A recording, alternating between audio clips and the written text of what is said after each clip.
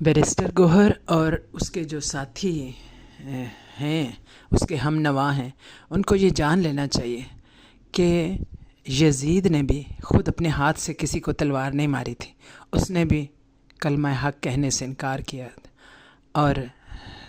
جب اتنا بڑا کوئی انسانوں پر ظلم ہو جائے تو اس وقت اتنی شدت سے ضروری ہوتا ہے کہ سچ کہنے والے کچھ موجود ہوں، خاص طور پر جو آپ جیسی حیثیت کے لوگ، جو کہ جن پہ لوگ انحصار کرتے ہیں، جن سے توقع کرتے ہیں کہ وہ ان کی لک آفٹر کریں گے اور وہ انہیں صحیح کسی ڈائریکشن پہ لے جائیں گے، جب انہی کا ڈائریکشن غلط ہو جائے تو ایک قدم جب غلط اس طرح کا پڑتا ہے نا، تو انسان اور قومیں کہیں سے کہیں نکل جاتی ہیں۔ آپ کو احساس نہیں کہ آپ نے کتنی بڑی جو ہے نا کہ عمران خان کے ساتھ دشمنی کی ہے، اور اپنی قوم کے ساتھ دشمنی کی ہے، جو آپ کی طرف دیکھ رہی تھی کہ شاید آپ عمران خان کے عشرے